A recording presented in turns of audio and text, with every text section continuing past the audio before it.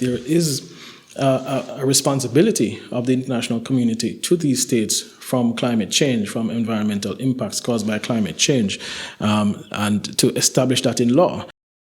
Hello everyone.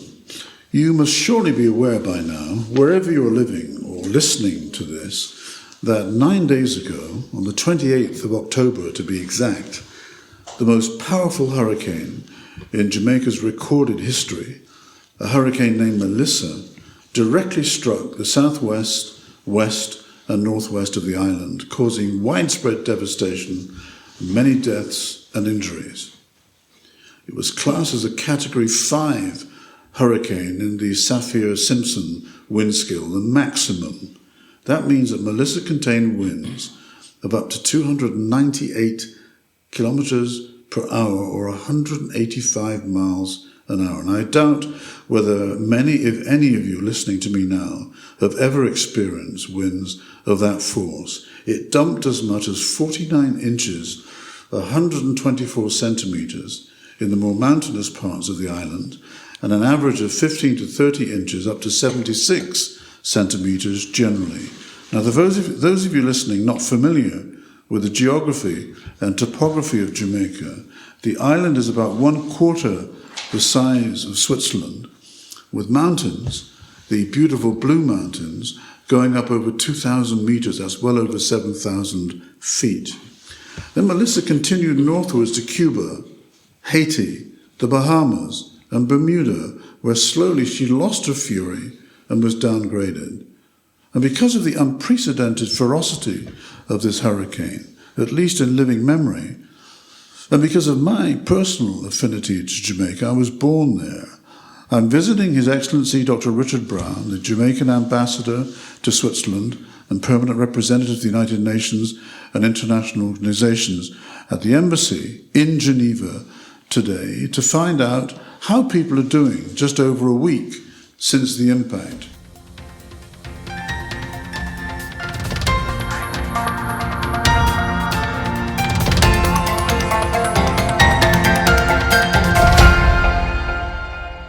Your Excellency, Richard, if I may, thank you for making time for me this afternoon when you must have 1,001 other things to occupy your precious time. Well, thank you very much, Michael. Thank you so much, Michael, for the opportunity to be on your program today and to share some insights on the experience of Jamaica in the recent passing of Hurricane Melissa, which has been a catastrophic, some have said, cataclysmic event in Jamaica, one that we've not seen certainly in over 30 years, and the first Category 5 hurricane that has hit the island in many years. In fact, it's the first in the last several decades to have developed in the Atlantic region. So quite a very impactful storm to impact Jamaica. I'm sure it has.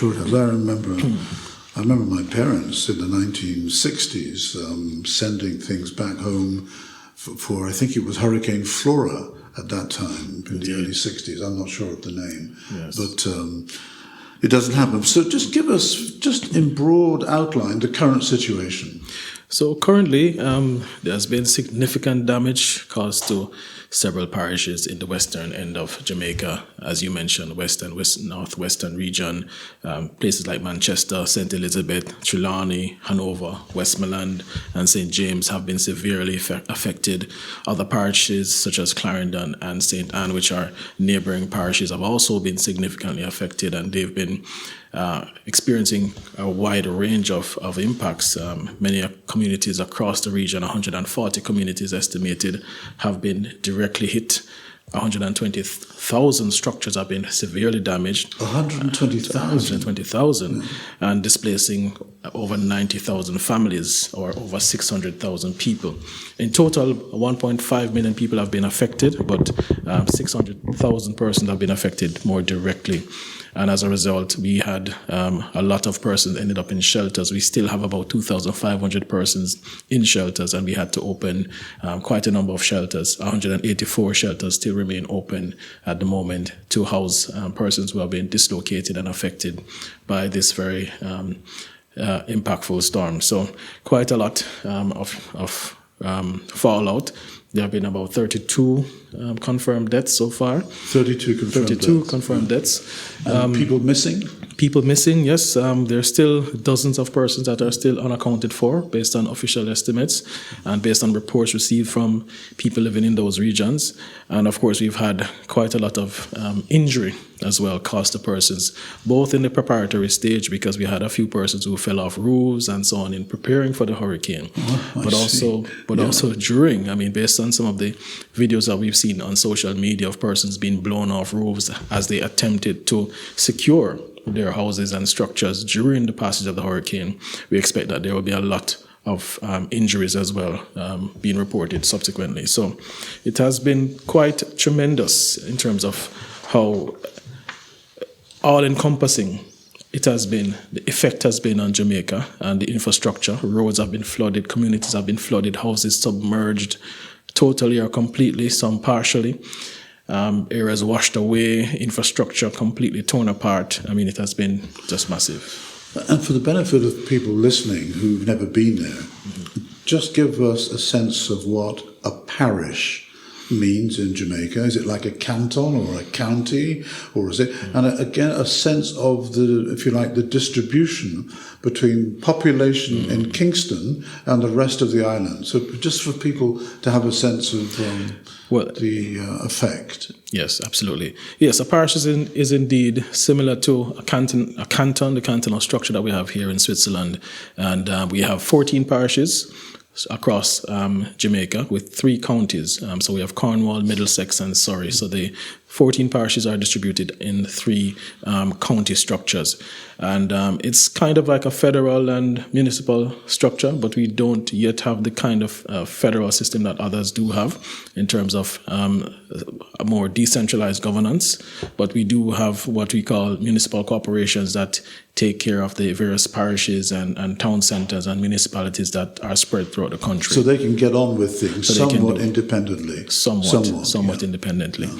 So that's the structure. And of course, the majority of the population are centered in Kingston and St. Andrew and St. Catherine. So about 1.5 million, 1.8 million people. Out of a total population of? Out of a total population of 2.8 million people. I see. So are concentrated. Really quite sort of out of balance. Indeed. So most persons, because of a history of persons moving from the rural areas to find employment where there's manufacturing activity taking place and services industries, you find that a lot of persons have shifted from the rural areas to the capital and the neighboring parishes like St. Catherine, which is considered to be a kind of dormitory parish where a lot of Jamaicans reside and then come across into Kingston on a daily basis. I used to do that myself as well. I lived in Portmore. In Portmore, exactly.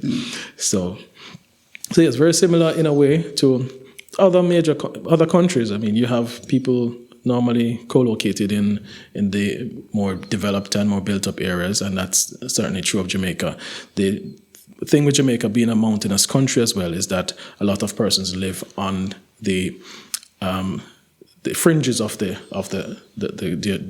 geographical distribution of the country, which means that a lot of persons live on the coastlines and therefore are easily impacted by weather events and tropical storms and hurricanes like this one coming in from the sea. Yeah. And a lot of people also depend on the sea for their livelihood as well. So that's also a very important consideration. And is there any way of estimating in monetary terms what sort of damage has been done to the island, to those communities in American dollar terms, roughly? Well, the estimate now is that it's between 6 and 7 billion US dollars. Billions of dollars. Billions US dollars, or approximately 30% of our GDP has been wiped out by this one event. Yeah. And we still have a few communities that have been cut off, I think around 27 communities. So we're not fully, so the estimate may actually increase based on the fact that we've not been able to go into some of these marooned communities to get a full assessment of the scale of damage. So it's still a ballpark figure at the moment. So even after 10 days, there are still places that are still cut off? Still cut off.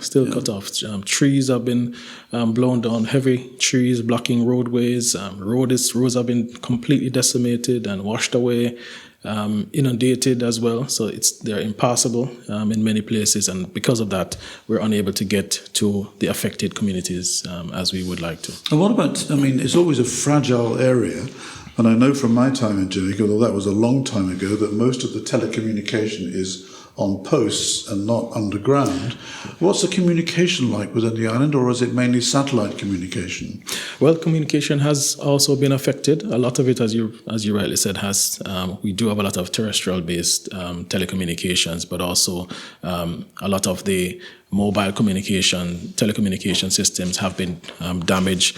I believe about 50% of on both sides. I think more so on the digital side, has been 65% recovery in terms of telecommunications. On the flow side, which is the other major carrier, that has been around 50% in terms of recovery of telecommunications connectivity.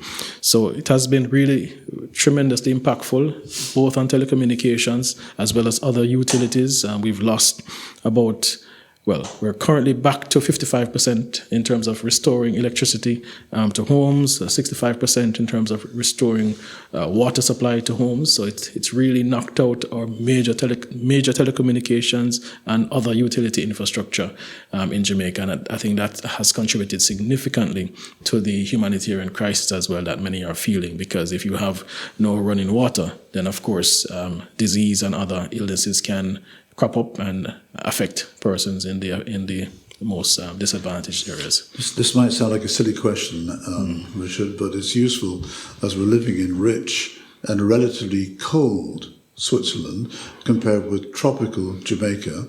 But just tell us a little bit about what happens in a country where there's no refrigeration, and you have children, for example, or elderly people, and you have meat and milk in the refrigerator. How do people manage then if there's nowhere to keep it cold?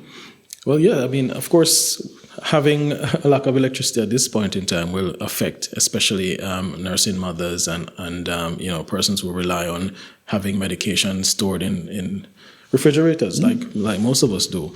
And I think those are some of the more vulnerable persons that we have to look out for. I think part and parcel with the destruction that is caused by the hurricane is the after effect on those living and surviving and how they are able to fare in this environment.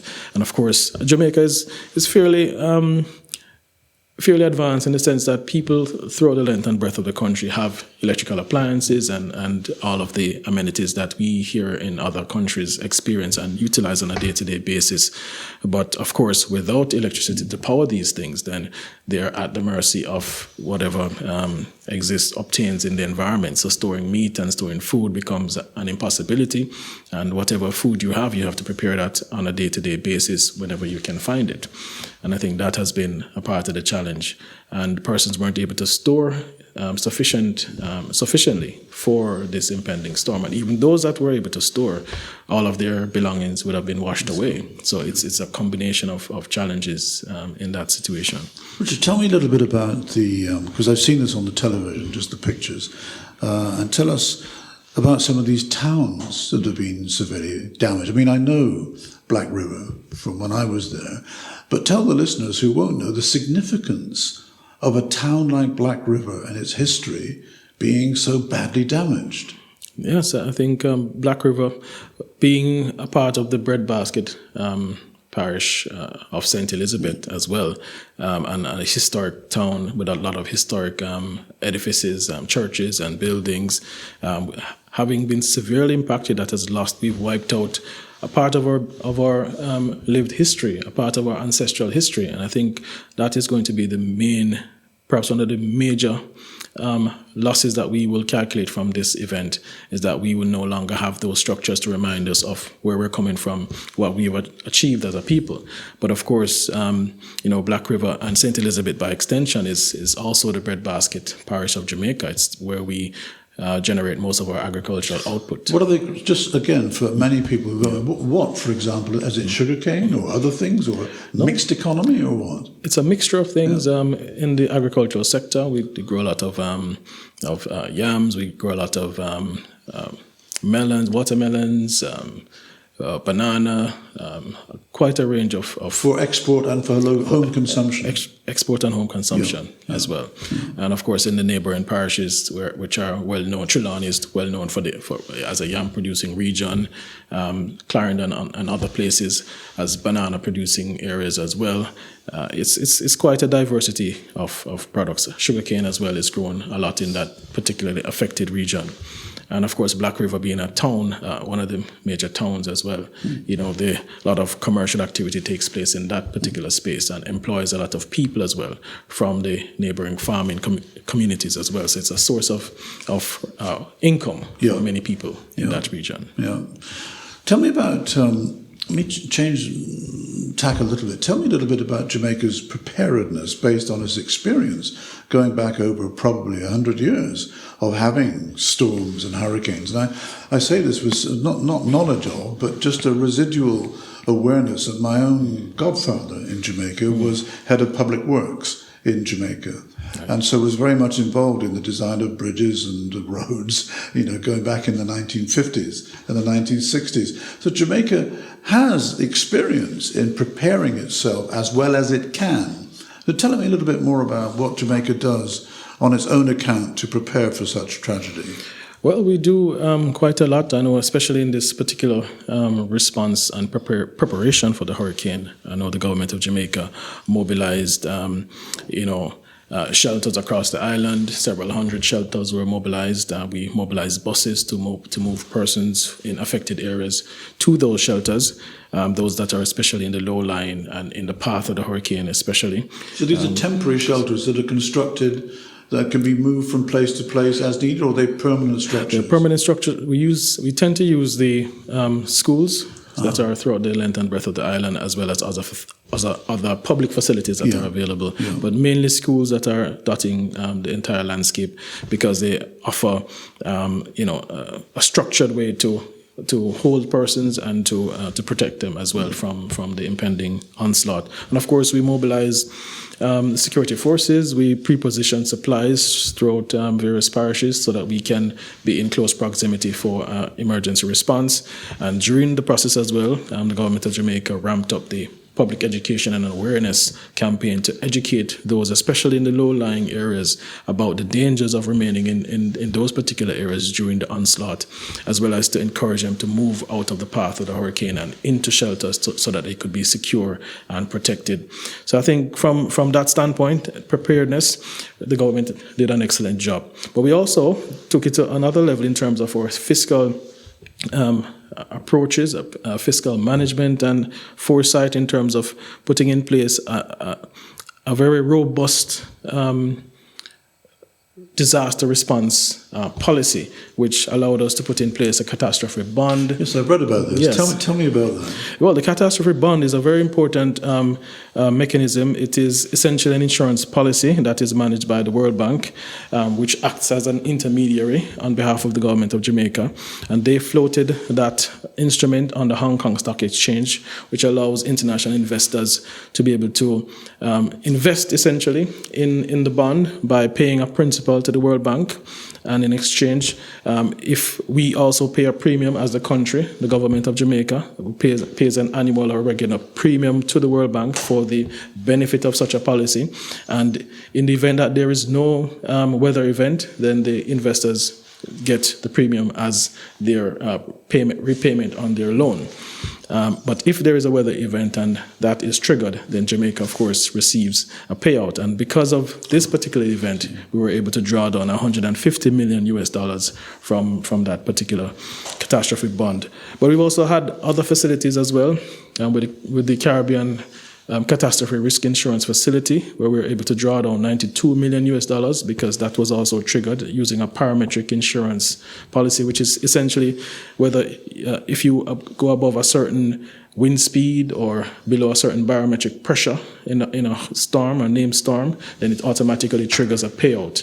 And if there's a certain amount of rainfall called excess rainfall, it also triggers another payout. So And in a country like Jamaica, with the size of its economy, that kind of number you just mentioned, $90 million, 90 odd million, that goes quite a long way, does it, in Jamaica? It will, because it will, yeah. It will. I mean, on the scale of a $67 billion this damage and destruction, the total, when you add the catastrophe bond and the CCRIF and the preparation that the government made through their disaster risk fund and their other preparedness mechanisms, we would be able to have within our reach about $282 million immediately available to us to mount an effective. And it really is that quick. It's that quick. Within a couple of weeks, 1 to 2 weeks, we triggered and would be in receipt of the catastrophe bond, and the same thing for the CCRIF, the insurance facility with the Caribbean CCRIF facility. Those would be released to us within a matter of days, if not weeks. And then the governance of that money would be with the Ministry of Finance, would it? With the Ministry of, with the government of Jamaica, they've been establishing. I believe they have established a mechanism to oversee the management of the funds, the deployment of those funds, and that mechanism would involve members of Parliament, both on the government side and the opposition side, as well as the private sector and NGOs and academic community, to help to coordinate the relief and response efforts that are being mounted, and of course to provide effective oversight to ensure that the monies that are being received are channeled in the ways in which they are supposed to be. Very important. Intended. Absolutely. For the reputation of the country. It's a critical governance feature, and I think one of the things Jamaica is noted for is the strong level of governance frameworks that we put in place in various aspects of our economy and social life, and this is one such that the government of Jamaica has advanced.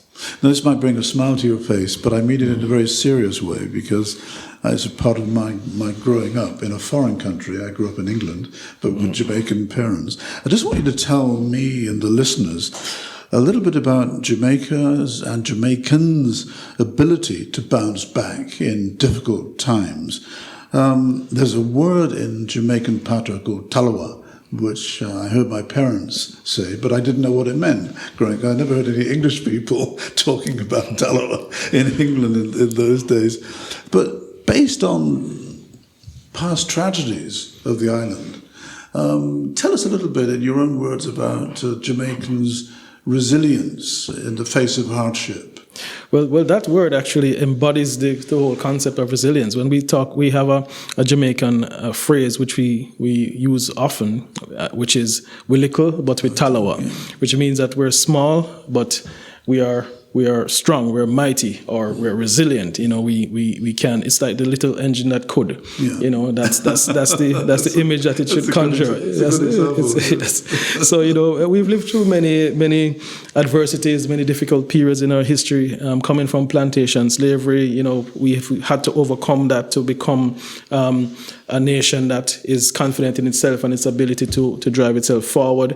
And of course, we've experienced major hurricanes and earthquakes along the way, which has rocked our country to the core. And I think in all of that, we've had the ability to rebound, to rebuild, and to rebuild stronger, and to continue on this path that we're on. So we've endured a lot of economic and social hardships, and we've emerged stronger and more determined to succeed in all that we do. You know, maybe this question is a bit unfair, because you're not. I don't know if your background is in engineering or what, but given that Jamaica's had a lot of experience of some of these shocks and disasters, tell me a little bit about how a small place of only, say, 2.5 to 3 million people, how does it actually organise, in real terms, its own defences? I mean, is it an island with sea walls that protect certain communities? I mean, are there certain kinds of drains? I mean, I know because I've lived there, but I'm sure people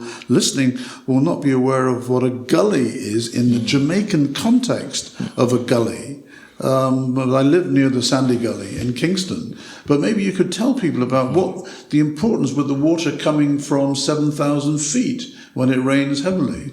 Tell us a little bit about that, please. Well, that's a very important mechanism that you've touched on, because the Sandy Gully, we have over time experienced quite a lot of flooding in the plains, and Jamaica has a history of building on the plains, where in the past you used to have the plantations established. And Kingston itself is on a plain. Is on a plain. But because Jamaica is a very hilly and mountainous country, whenever there's precipitation and rainfall, all of that rainfall that is captured in the hills flows down into the plains and on its way to the sea.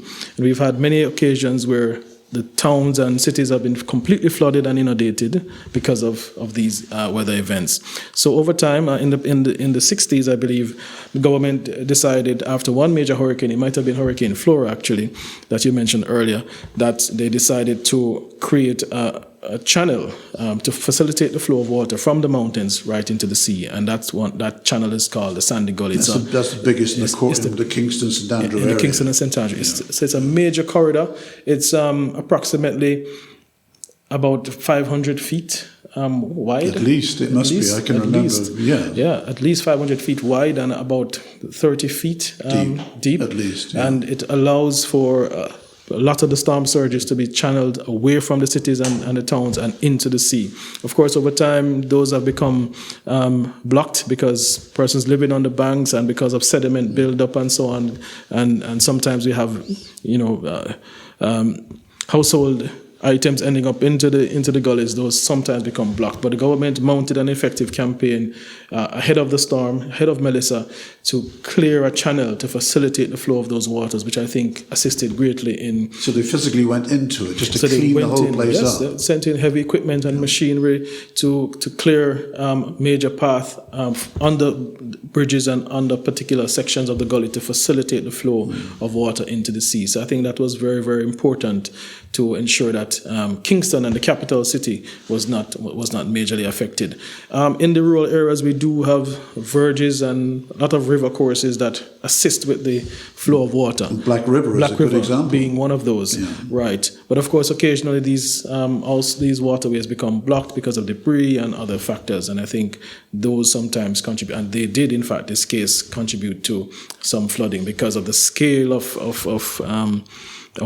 rainfall that took place. It was just overwhelming, and so they swelled their banks and went into communities and just had major impact on those persons living close by. My guest today is Ambassador Richard Brown of Jamaica, and I'm with him in the Jamaican Embassy in Geneva, and we're talking about the terrible Hurricane Melissa of a week ago. Let's come back to Geneva for a moment, Richard, and just tell me and the listeners what role you play here in Geneva. Are the international organizations responsive? We touched on it at the beginning of our conversation, but give me some more examples of the way in which the international organizations, which you know, because of your brief, your mandate here, have been helpful to you. Well, being here, we, as the ambassador and permanent representative of Jamaica to the international organizations based in Geneva, Rome, and Vienna, and also ambassador to Switzerland, Greece, Italy, Austria. Just explain, sorry to interrupt you, but just explain for those who don't know the map. What is Rome and what is Vienna in the UN constellation? UN system. Right. Well, of course, Rome is part of Italy. Rome is the capital city, and in Rome there are a number of international organizations based there, such as the World Food Programme, the FAO, and the IFAD as well. What is IFAD? The International Fund for Agricultural Development. I see, that's all in Rome. That's all in Rome. So it's an international city which houses agricultural institutions. And in Vienna, we have the United Nations organizations in Vienna that deal with science and technology, industrial development, drugs and crime as well. I didn't know that. And of course, Geneva, which is more diverse in terms of its coverage, where we have the WTO, we have the WHO, which is the World Health Organization, and ITU, International Telecommunications Union, the Human Rights Council, and other bodies located here and in the Greater Geneva area.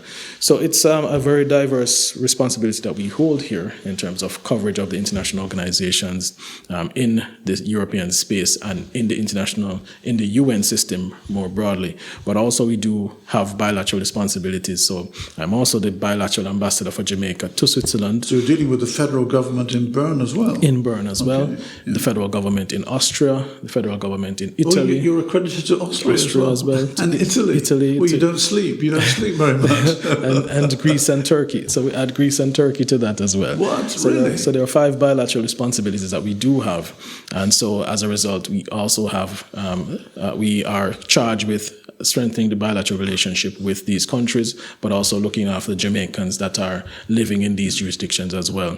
So in terms of our response and our role in the response effort and relief effort, part of it has been to engage bilaterally with all of these partners, engage with our diaspora as well to mobilize support, because the diaspora is very much energized and wanting to provide support. Many of them have reached out to us to see how they can assist.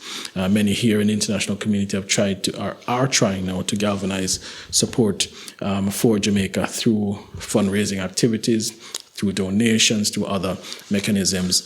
So if somebody listening to this now wanted to give material help, financial, whatever, what they do? They contact the mission here or the embassy? I mean, or is there a website, or how does that work? Yes, there is they can contact the embassy and we can provide more details and information. And there's also the Support Jamaica website, supportjamaica.gov.jm website that has been set up by the government of Jamaica. And the information is there? And the information is there. You can actually, through the online system, make a financial contribution directly through the website, or you can pledge donations through the website, or wire transfer funds across a number of different denominations to the mechanism in Jamaica. So there is quite a coordinated effort that has been set up by the government. And of course, we've been engaging the international organizations as well. The IOM, for example, which is the International Organization for Migration, and the World Food Programme, they are coordinating, and the FAO as well in Rome, coordinating support through their Barbados Logistics Hub to channel assistance to Jamaica, and other international organizations have come on board and are supporting through the established mechanisms like the ICRC, which is the International Commission for the Red Cross, I think, and the International the International Federation of the Red Cross and Red Crescent Societies, which are on the ground, boots on the ground, providing and mobilizing support in the affected areas. Oh, I see. Look, I just wanted to ask you another question, which is again maybe a little bit unfair, not really in your area of direct expertise, but you're sitting here with all these levers to pull in what must be quite a labor-intensive activity, given that you don't have a big team of people, you've got all these things to cover. The climate is changing. Tropical storms seem more frequent and intense.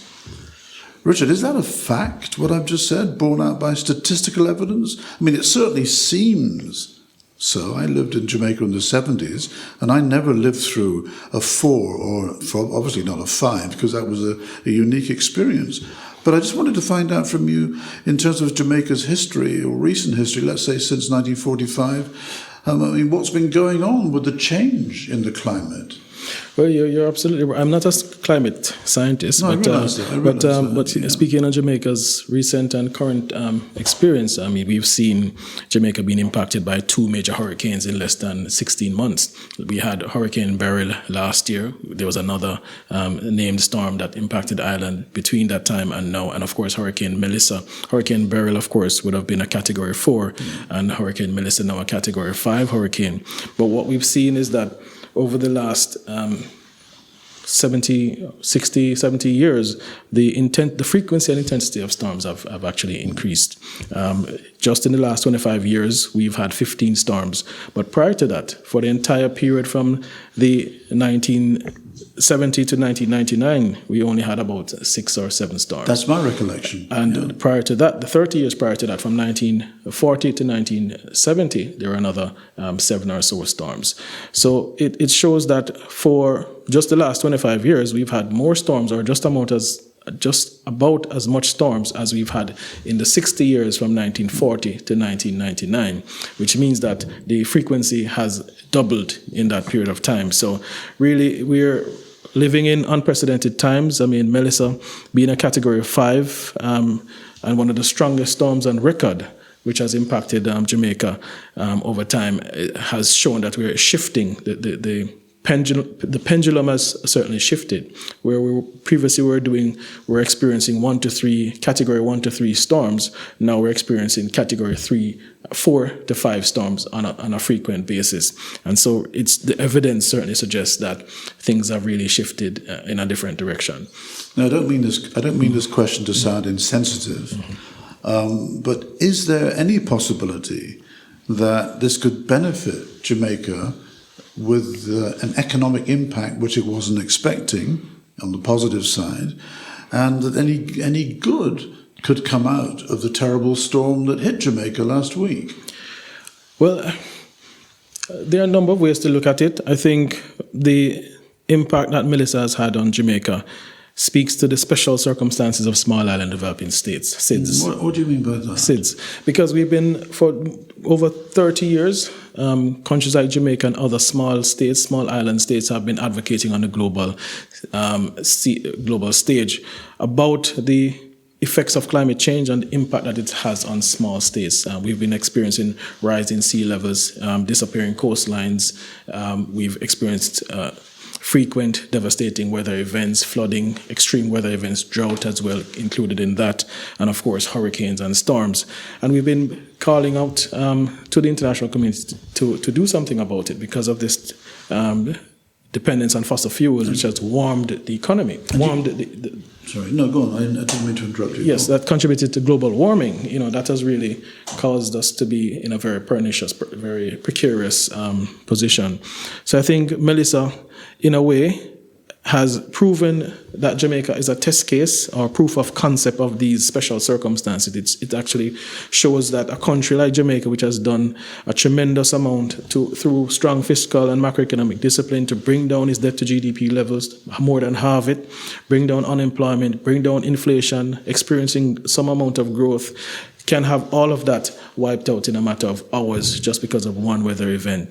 And I think that is very important because it shows to the world that this is not a basket case country by any means. This is a country that has been doing all that it could do to transition itself to better level of economic activity and status, and doing all we can to improve our governance systems and managing our economy and our society. And even as crime is going down, we've had that miracle happen recently.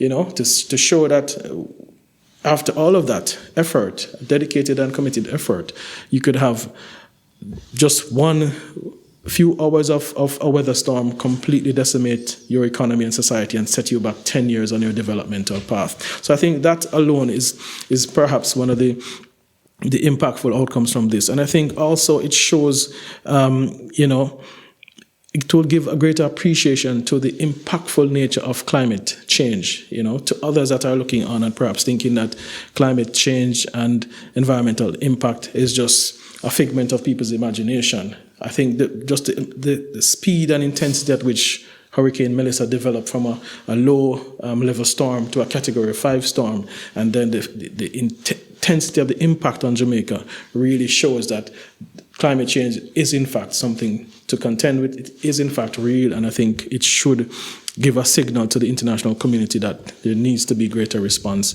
greater attention paid to small island states in particular, and mechanisms like the Green Climate Fund, the Green Environmental Facility, the Loss and Damage Fund, which have been set up to assist countries. They now need to be in a position to respond to the specificities and the needs of small island developing states, to make sure that the funds are available to them, concessional funds are available to them on a consistent basis to respond and to build back in these circumstances. And just one more question on that, because again, I'm sure there are a lot of people listening who are not familiar with the way the United Nations systems work.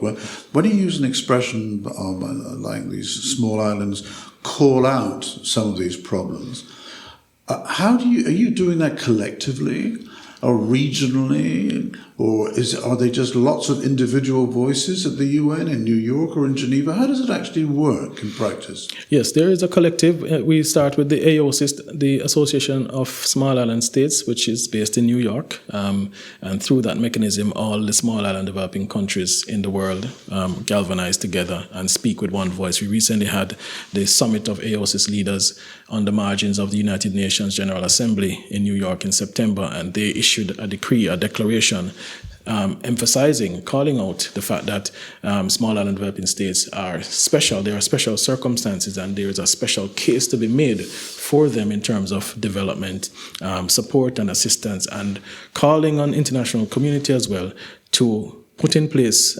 mechanisms to facilitate and to respond to these needs in the implementation of their specific programs and activities, including some of these very funds that I just mentioned, because it's also part of the whole matter of climate justice and putting in place, responding to the significant cost that developing countries face from these events that we don't cause, because there's a whole matter of the common but differentiated responsibility aspect. Because while we see that we should all play a role, I think it's clear that the countries that are most affected have contributed the least to these challenges. And I think that is something that has to be recognized in how these funding mechanisms and international organizations respond. And when this organization you mentioned presents this to the General Assembly, is the General Assembly obliged to do something, or just to listen politely and nod and then move on to the next page?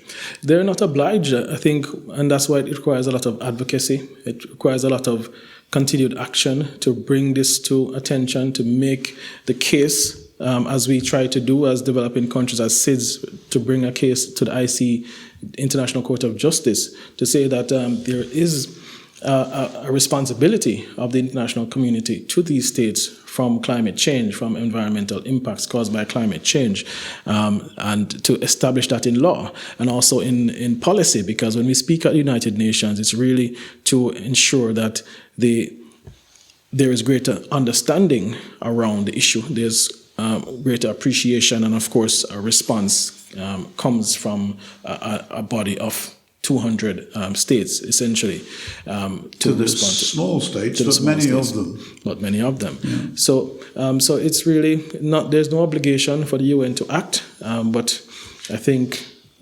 we hope through continued advocacy, consistent action on the matter, that there will be greater attention. And there has been some response. We've had the Loss and Damage Fund come out of some of these discussions, the Paris Climate Agreement and so on, which didn't achieve its full objective, but certainly has ignited the conversation around climate change and climate response. And other facilities have come up, like the Green Climate Fund and Green Environmental Facility in the last decade or so, to respond to some of these challenges. So it's an incremental process. And these kinds of mechanisms show that there is response, but what is needed now is the kind of all-encompassing support that was pledged but not delivered on, including through mechanisms like the Loss and Damage Fund, which was not fully capitalized and so on. I see. There was a saying, I don't know if it still exists in Jamaica, but when I was there, that the land is so fertile that you could put a pencil in the soil and the pencil would grow. So given this huge damage to agricultural products in the areas affected, how confident are the farmers in Jamaica that they can at least get the farms, the crops back on track, or that they basically lost a year? I think they've lost quite a bit of time. The planting seasons and so on are, quite lengthy, 9 months, 6 months, depending on the crop. And I think right now a lot of farmers, fisher folk and others in the agricultural belt are feeling a lot demoralized. But I know that the Agriculture Minister, Minister Green, has been on the campaign, not just emphasizing the support that the government is putting in place to respond and to assist farmers to get back to planting. They've identified seed stock that they have in storage to distribute to farmers to get back to farming activity as quickly as possible.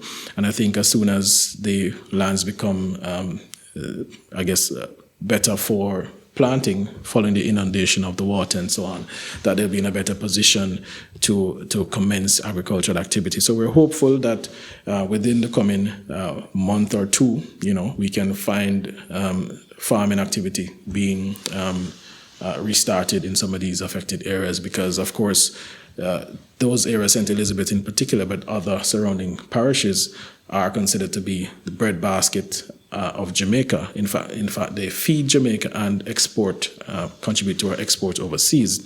So if we don't get that back on track, what we'll have is high food inflation, and that will, of course, affect the most vulnerable people in the country, which would be... And, of course, for the fishermen, I think, in particular around St. Catherine, Clarendon, Lionel Town, those areas, their boats must have been smashed to pieces. A lot of them have had their boats completely destroyed, and their fishing bays and so on disrupted. So I think that is also another feature. The mangroves are surrounding the coastline, which would have been completely decimated, where they are regarded as fish sanctuaries that actually facilitate the breeding of the very fish that they go to catch in the sea. So, a lot of that has been disrupted because of the impact, the severity of Hurricane Melissa. Last question, Richard. I mean, Jamaica's known throughout the world for a long time, not just recently, for its great beaches and its tourist economy. Christmas and New Year holidays are not so far away. It's the time when traditionally the Americans and the Canadians try to escape their terrible weather and fly south for a few weeks to enjoy some warm weather. How badly have the hotels and the beaches been destroyed across the island? And would you encourage vacation visitors to book for Christmas and New Year 2025-26? Well, the tourism sector took a beating. Of course, Montego Bay, which is in St. James being one of the major parishes affected by the hurricane, they're in a recovery phase. I know that the tourism sector is very resilient, and Minister Bartlett has been quite proactive in terms of getting the tourism stakeholders mobilized. Hoteliers and other tourism stakeholders are starting the rebuilding effort with earnest workers and so on are on board to get these hotels back in good shape.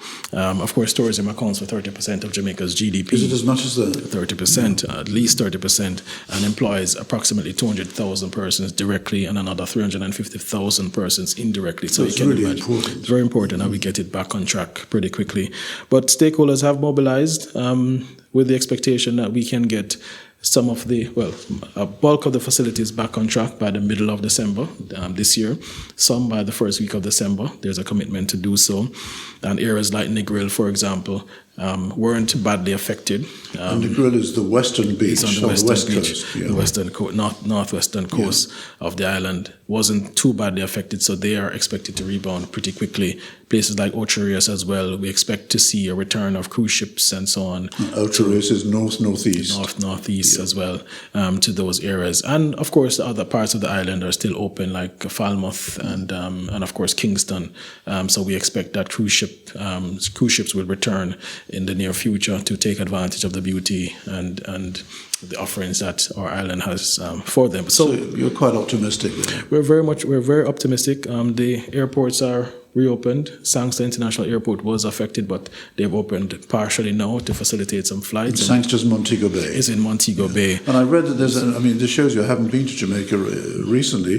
There's now a third airport in Jamaica. Maybe you should tell us about that. Well, there's international airport, I mean. There are four. I think there's a is it Bosco Bell? Then there's Ian Fleming International Airport, and then of course we do have there's a sort of Ocho Rios and Port Antonio in that area. Yes, in that area. Yeah. Okay. So there are at least 3 international airports that can accommodate international flights. Ian Fleming International Airport takes a lot of the small jets and so on, but also James Bond. Exactly, Okay. Exactly.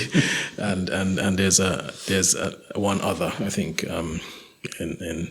in Bosco Bell. So I think... last question, because we had a good long conversation. I may have missed something obvious. I've tried to give a fairly comprehensive overview with your help But how else does Jamaica earn its living? I mean, for example, I was talking to your colleague recently, Pamela Cook-Hamilton, and she told me about the refining sector, which is new since I've been away, and the relation with Trinidad, and the bauxite industry. Have they been affected by this terrible storm? Well, I haven't heard any reports on bauxite, but certainly Jamaica has a fairly diverse economy. We do have a strong mining sector, bauxite being one of the most widely known, which we get aluminium from. And of course, we also produce medical grade limestone. So we produce a lot of limestone that we export overseas to the pharmaceutical industry as well. And we produce a lot of manufactured goods, food and beverages. So many of you might know about our famous Jamaican rums and so on, and teas and beverages that we export, apparel and textile. We do a lot in the chemicals sector, cement as well. We export. Really? Yes, we do. We exporting cement? Export cement as well to the Caribbean and to other countries as well. We produce metal and paper products as well, and furniture. So it's quite a diverse sector. And of course, we do fuel refining because we were exporting refined fuel to other parts of the Caribbean and also to the US at one point. So I know that the economy is diverse enough to withstand these activities. And importantly enough, the agro-processing manufacturing sector is located in the areas that weren't affected, in Kingston and St. Andrew, for example. The only challenge now is that with the agricultural sector, which provides the feedstock for agro-processing, being affected, we will have to do a lot more importation to respond to that. But we also do other services. There's the global digital services sector, where we do a lot of outsourcing. We are the back office center for a lot of global operations in North America and Europe, for example. Yeah. So the business process outsourcing sector is also very big in Jamaica as well. And we're the leading outsourcing destination in the Caribbean, and generating about $1 billion annually. So we are quite diverse, a diverse economy. I think there's a lot that we have to offer even now, even with the passage of Hurricane Melissa and the damage caused in the western end of the island. There's still a lot of investment opportunity. There's still a lot of manufacturing capacity.